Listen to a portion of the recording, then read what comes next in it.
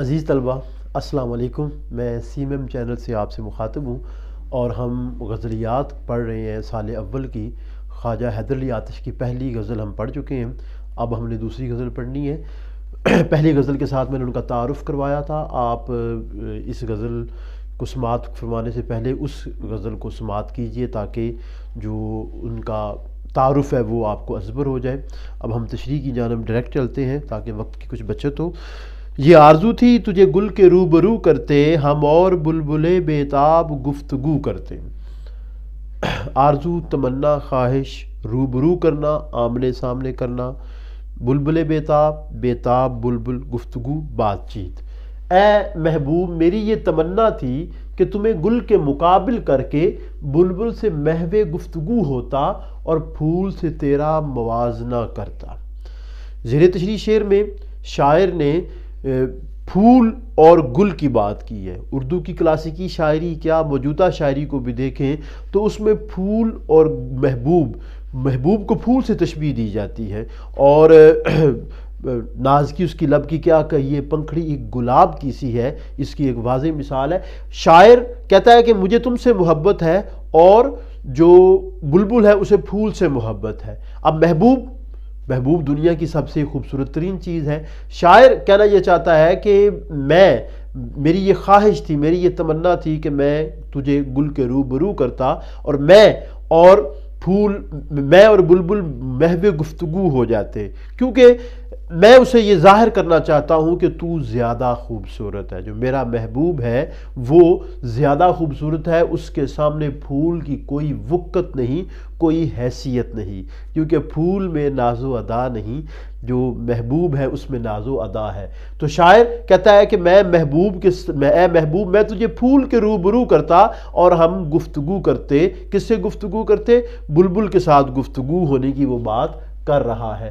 گل کو محبوب ہم قیاس کیا، فرق نکلا بہت جو پاس کیا، کہ میں نے محبوب کو یہ سمجھا تھا کہ جو پھول جیسا ہے، لیکن جب اس کو پھول کے قریب کیا تو پتہ چلا کہ پھول کی محبوب کے سامنے کوئی وقت نہیں، کوئی حیثیت نہیں۔ اب چونکہ جو بلبل ہے اسے پھول سے محبت ہے اور جو عاشق ہے اسے محبوب سے محبت ہے، تو کہتا ہے کہ میں چاہتا تھا کہ ہم آمنے سامنے بیٹھتے اور باہم گفتگو کرتے، حسن و ادا کے بارے میں، خوبصورتی کے بارے میں گفتگو کرتے، اور بالآخر میں بلبل کو قائل کر لیتا کہ جو میرا محبوب ہے وہ زیادہ خوبصورت ہے، اور جو آہو زاری اور فریاد کی کیفیت ہے وہ بھی وہاں پہ آ جاتی۔ اندلیب مل کے کرے آہو زاریاں، تو ہائے گل پکار میں چلاؤں ہائے دل۔ تو شاعر کا مطمع نظر یہ ہے کہ اے محبوب، تیری جو خوبصورتی ہے وہ سب سے بڑھ کر ہے، تمنا تھی کہ تجھے گل کے روبرو کرتا۔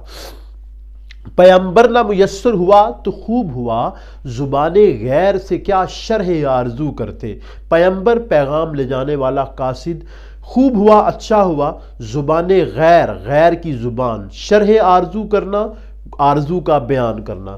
شاعر کہتا ہے کہ محبوب تک پیغام پہنچانے کے لیے قاصد نہیں ملا تو اچھا ہی ہوا، کیونکہ نامہ بر کے ذریعے دلی کیفیات کا اظہار ممکن نہیں۔ دلی کیفیات اسی صورت میں واضح طور پہ بیان ہوتی ہیں جب آپ خود اپنی بات کو بیان کر رہے ہوں۔ دیکھیں، کمیونیکیشن ہے، ابلاغ ہے، آپ فون کے ذریعے ایک بات کرتے ہیں، آپ ایک بات ٹیکسٹ کے ذریعے کرتے ہیں، لیکن جو بات روبرو ہوتی ہے اس کی بات ہی کچھ اور ہوتی ہے۔ تو شاعر کہتا ہے کیونکہ اس میں جذبات ہیں، اس میں جو ہے وہ آئی کنٹیکٹ ہے، اس کے ذریعے آپ اپنا مافی ضمیر بیان کر رہے ہیں۔ شاعر کہتا ہے کہ میں پہلے محبوب سے ملاقات کرنا چاہتا تھا لیکن ملاقات نہیں ہوئی، تو پیغام کے لیے میں نے مختلف ذرائع ڈھونڈنے شروع کر دیے، لیکن کوئی ذریعہ میسر نہیں آیا۔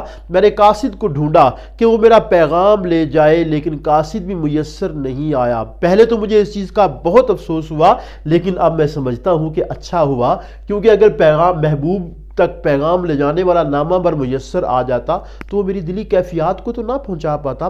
اب میں آرزو اپنی خود بیان کروں گا۔ قاصد نہیں یہ کام تیرا، تو اپنی راہ لے، اس کا پیام دل کے سوا کون لا سکے، کہ میں اپنی جو دل کی تمنا ہے وہ خود اس تک پہنچانا چاہتا ہوں اور مجھے پیغمبر میسر نہیں آیا تو بہت ہی اچھا ہوا۔ عشق کی مثلث میں عاشق ہے، محبوب ہے، رقیب ہے، تو وہاں پہ ایک کردار ناصح ہے، وہاں پہ ایک کردار قاصد کا بھی ہے جو کہ انتہائی اہم ہے، لیکن شاعر کہتا ہے کہ میرے لیے اچھا ہوا کہ جو قاصد ہے وہ مجھے میسر نہیں آ سکا۔ اول تو نا قاصد کو رہے کوئے صنم یاد، پہنچے تو فراموش ہو پیغام ہمارا، کہ جو محبوب ہے وہ محبوب تک بات جو ہے وہ پہنچتی ہی نہیں جو وہ پہنچانا چاہتا ہے، لہذا وہ کہتا ہے کہ مجھے قاصد میسر نہیں آیا تو یہ میرے لیے ایک عمدہ بات ہو گئی، میرے لیے ایک اچھی بات ہو گئی۔ میری طرح سے مہ و مہر بھی ہیں آوارہ، کسی حبیب کی یہ بھی ہیں جستجو کرتے۔ مہ چاند کو کہتے ہیں، مہر سورج کو کہتے ہیں، حبیب محبوب۔ اب اس شعر کو ذرا غور سے دیکھیے، اس شعر میں صنعت حسن تعلیل کا استعمال ہوا ہے۔ صنعت حسن تعلیل شاعرانہ وجہ، کوئی اب سورج اور چاند کی جو گردش ہے وہ تو طے شدہ ہے، وہ اللہ کی طرف سے طے شدہ ہے، اور سورج کی بھی، اور نہ تو سورج کی یہ مجال ہے کہ چاند کو جا پکڑے، اور نہ ہی رات دن سے پہلے آ سکتی ہے، سب اپنے اپنے دائرے میں تیر رہے ہیں، لیکن شاعر نے اس کو خوبصورت وجہ بنا دیا ہے۔ شاعر کہتا ہے کہ یہ جو چاند اور سورج کی گردش ہے یہ بھی میری طرح سے آوارگی ہے، کیونکہ میں محبوب کے لیے پھرتا رہتا ہوں، گھومتا رہتا ہوں، کبھی ادھر کبھی ادھر پھرتا رہتا ہوں کہ محبوب سے ملاقات ہو جائے، مجھے چین آ جائے، لیکن مجھے چین میسر نہیں آتا۔ اب یہ جو چاند اور سورج ہیں یہ بھی مسلسل محو سفر ہیں، کیوں؟ کیونکہ انہیں بھی حبیب کی جستجو ہے، انہیں بھی حبیب کی آرزو ہے، یہ بے جواز نہیں، مہر و ماہ کی گردش کسی کی چاہ انہیں در بدر پھراتی ہے، کہ یہ جو مسلسل محو سفر رہتے ہیں، یہ جو مسلسل سفر میں چلتے رہتے ہیں، کیوں؟ کیونکہ انہیں محبوب سے محبت ہے۔ کتنی نادیدہ تمناؤں کی حسرت لے کر چاند ہر روز اندھیروں سے گزر جاتا ہے، تو وہ بھی خواہش میں ہیں، وہ بھی تمنا میں ہیں اور مسلسل پھر رہے ہیں۔ اب یہاں پہ اگر اس چیز کو تصوف کی اصطلاح میں دیکھیں تو آپ سمجھیں کہ جو کائنات ہے وہ جز ہے، اللہ کل ہے، جو جز ہے اس کی ہمیشہ یہ خوبی ہے کہ وہ کل میں جا ملے، جو پانی کا ایک قطرہ ہے، جو ایک بوند ہے، وہ کل میں ملنے کے لیے پہاڑوں، صحراؤں، دریاؤں کا سفر کرتے کرتے بالآخر وہ کہاں پہ جا پہنچتی ہے؟ وہ سمندر تک جا پہنچتی ہے۔ ویسے ہی چاند اور جو ستارے ہیں وہ سرگرداں ہیں، وہ اپنے کل کے ساتھ ملنا چاہتے ہیں، اور وہ کل کیا ہے؟ وہ خدا ہے، وہ محبوب ہے، اس کی طرف وہ محو سفر ہیں اور چاہتے ہیں کہ وہ جلد از جلد ملاقات کر لیں۔ تو شاعر نے بہت خوبصورتی سے اس پہلو کو بھی یہاں پہ بیان کیا ہے۔ یاد رکھیں اس شعر میں دو پہلو میں نے بیان کیے ہیں، ایک عشق مجازی کے حوالے سے اور عشق حقیقی کے حوالے سے، کہ جو چاند اور سورج کی جو مسلسل چلنا پھرنا ہے وہ محبوب کی تلاش کے لیے ہے۔ اگلا شعر دیکھیے جی، ہمیشہ میں نے گریباں کو چاک چاک کیا، تمام عمر رفوگر رہے رفو کرتے۔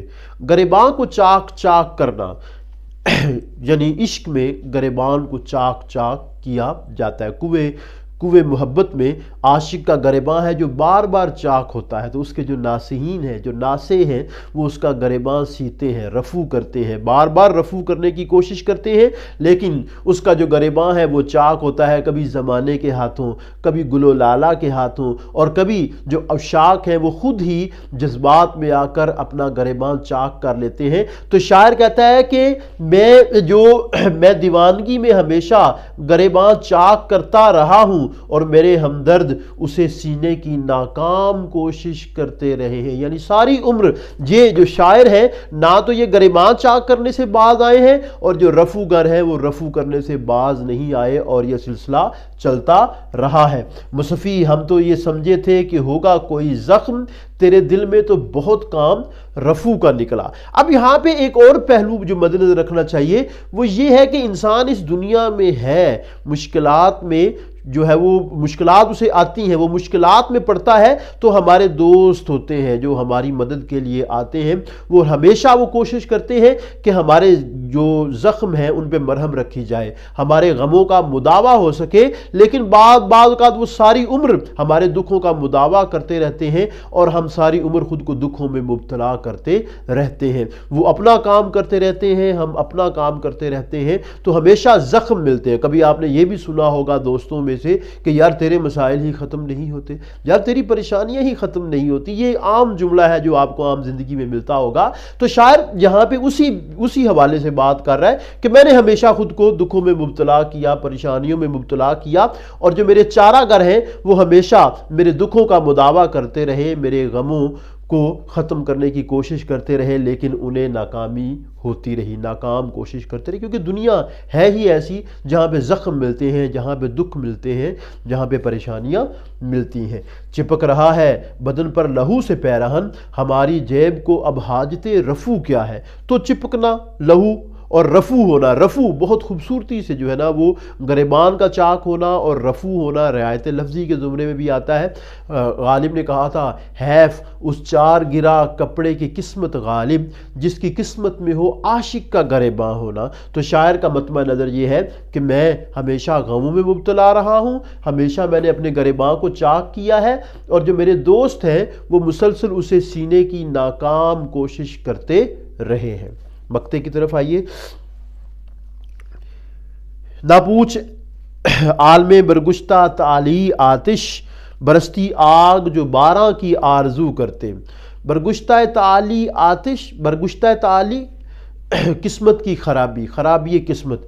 اے آتش ہماری خرابی قسمت کی حالت یہ ہے کہ اگر بارش کی آرزو کی تو آسمان سے آگ برسنے لگتی ہے۔ شاعر جو ہے وہ قسمت کا رونا رو رہا ہے، ہمارے ہاں جو آسمان ہے وہ استعارہ رہا ہے پریشانیوں کا، وہ آزماتا ہے ہمیں، بار بار آزماتا ہے۔ تو شاعر کا کہنا یہ ہے کہ اے آتش تم ہماری خرابی قسمت کی بابت نہ پوچھو، ہماری قسمت کا تو یہ عالم ہے کہ اگر ہم نے بارش کی دعا مانگی ہے تو آسمان سے آگ برسنے لگی ہے، یعنی جو خواہش کی اس کے برعکس ہوا، جو چاہا اس کے الٹ ہوا۔ مانگا کریں گے اب کہ دعا ہجر یار کی، آخر کو دشمنی ہے اثر کو دعا کے ساتھ، جو دعا کی ہے وہ نہیں ملی، اس کے الٹ ہوا ہے۔ میں نے چاند اور ستاروں کی تمنا کی تھی، مجھ کو راتوں کی سیاہی کے سوا کچھ نہ ملا۔ تو شاعر کہتا ہے کہ جو میری تمنائیں ہیں وہ پوری نہیں ہوئیں، میری جو خواہشات ہیں وہ پوری نہیں ہوئی۔ عزیز طلبہ، یہ آج کا لیکچر تھا، اگر پسند آئے تو سبسکرائب کیجئے، شیئر کیجئے، اور دوستوں کو بھی بتائیے تاکہ علم کا سلسلہ آگے بڑھتا رہے۔ اور اسی نام سے ہم نے فیس بک پہ پیج بھی بنایا ہے، آپ وہ بھی لائک کر سکتے ہیں، جس کے ذریعے آپ کو تازہ اپڈیٹ ملتی رہیں گی۔ بہت شکریہ، السلام علیکم۔